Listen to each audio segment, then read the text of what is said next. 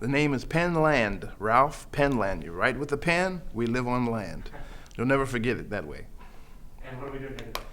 We are playing drums for this wonderful session, and we're glad to be here, and I hope it's going to be all right. How did the session come about exactly? What's the deal? Actually, I had a last-minute call from Trevor Lawrence. They were working on a project, and they needed a drummer. I was actually in bed about to fall asleep, but it worked out. I'm close to the studio, so.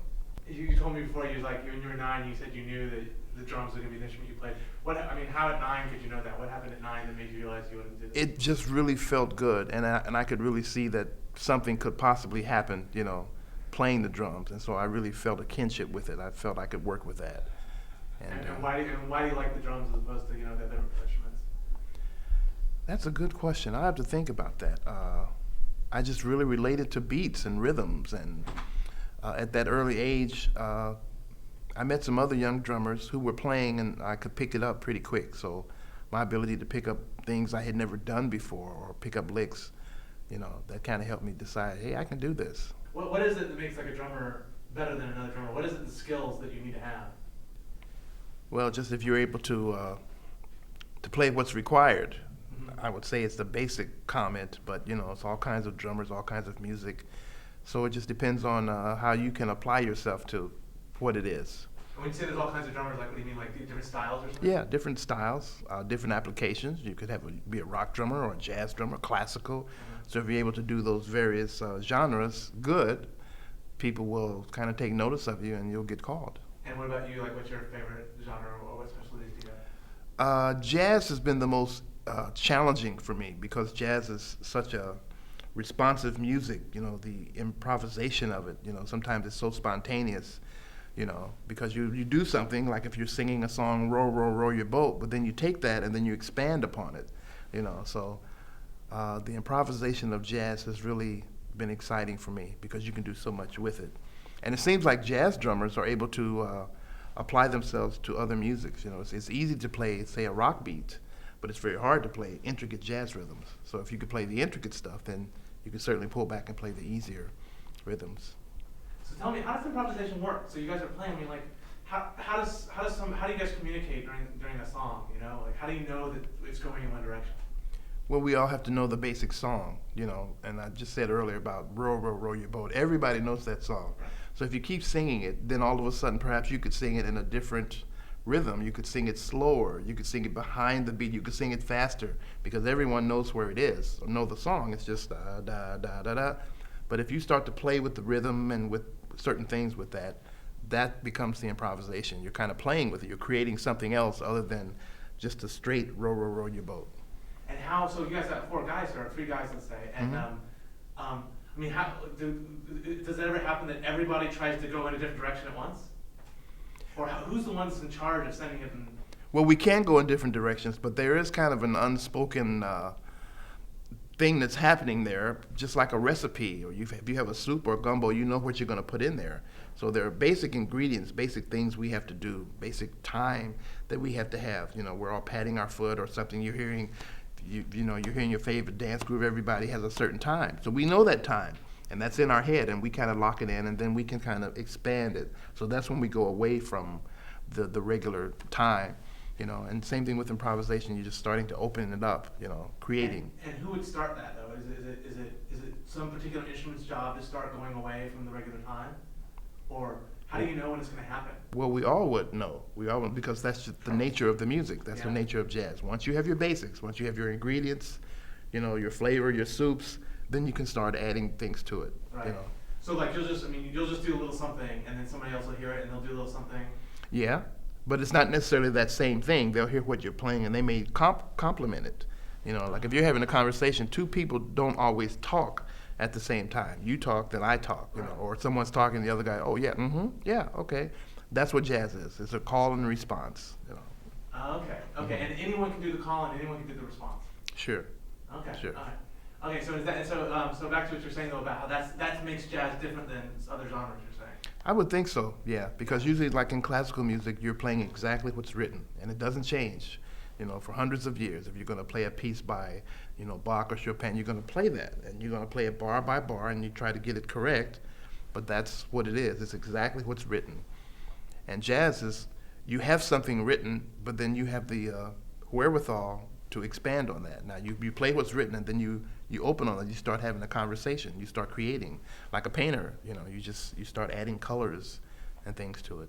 And does like a personality? I mean, is it a chance to let your sort of individual personalities come through in the music? Somewhat, yes, your personality, because you don't know what you're going to add to it until at the moment. So it all depends on how you're feeling at the moment, whatever you want to add at that moment. This may sound like a crazy question. I'm really fascinated by this idea though.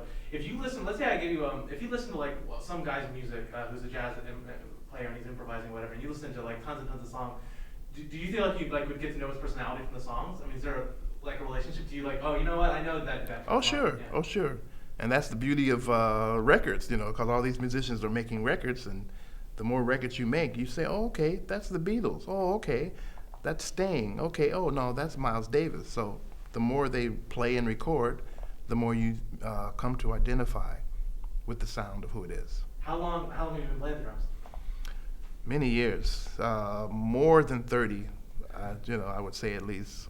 And just tell us a little bit about what your career was like. I mean, we know you decided at 9, but what happened after that?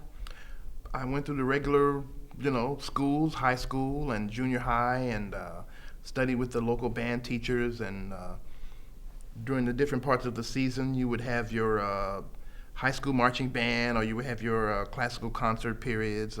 You have your high school dances, so things were always kind of stacking up. And going to clubs, the nightclubs, and hearing the older experienced musicians playing. You have your record collection, so you have so many things that you're adding to what you're doing, and it helps you grow. And when you get out of high school, Mm-hmm. You're 18, 19, you want to be a drummer as a career. What did you do then? I'm originally from Ohio. When I graduated high school, I went to Boston, and I went up to Boston originally to go to Berklee School of Music. And I wound up playing. I started getting jobs working around locally, and I started playing. And that's the best school teaching of all. The best schooling one could get is the actual playing. And when I turned 19, I started working professionally with a jazz trumpet player named Freddie Hubbard.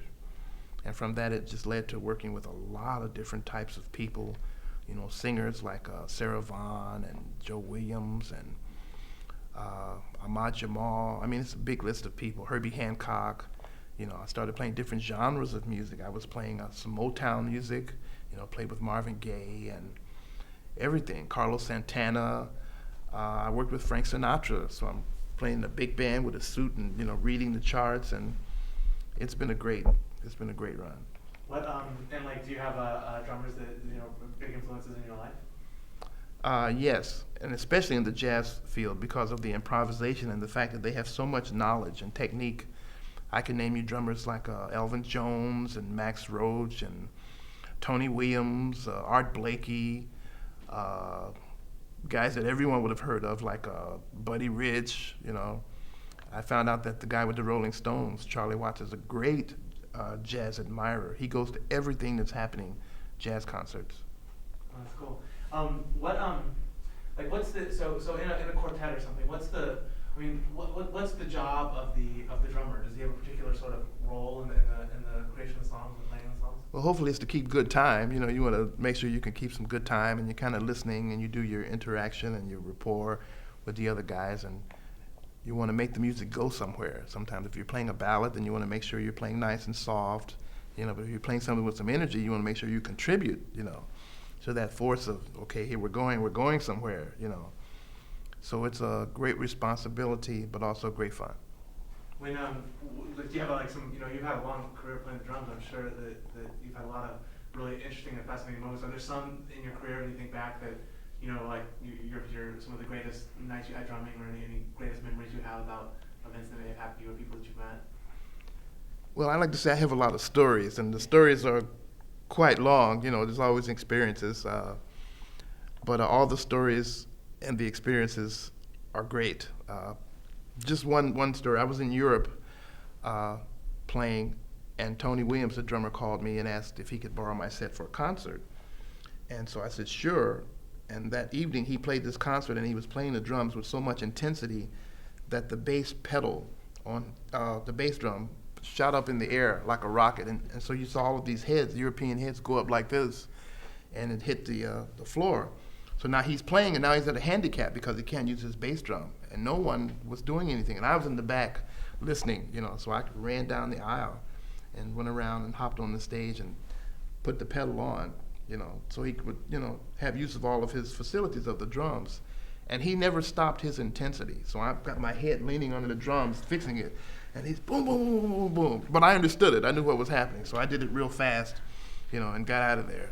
But that was a very funny sight, especially when it shot up like a rocket and just every head just did like that and went back down. You didn't hear it for like 3 days, too. Well, it wasn't that bad. Yeah. That's great. Well, that's all. Do you have anything you want to say? Anything that? Well, hey man, it's a pleasure to be playing with Eric and Paul and Trevor, and we look forward for all of you to hear this project coming out, because it's going to be something. So I hope I can add a little bit to this contribution.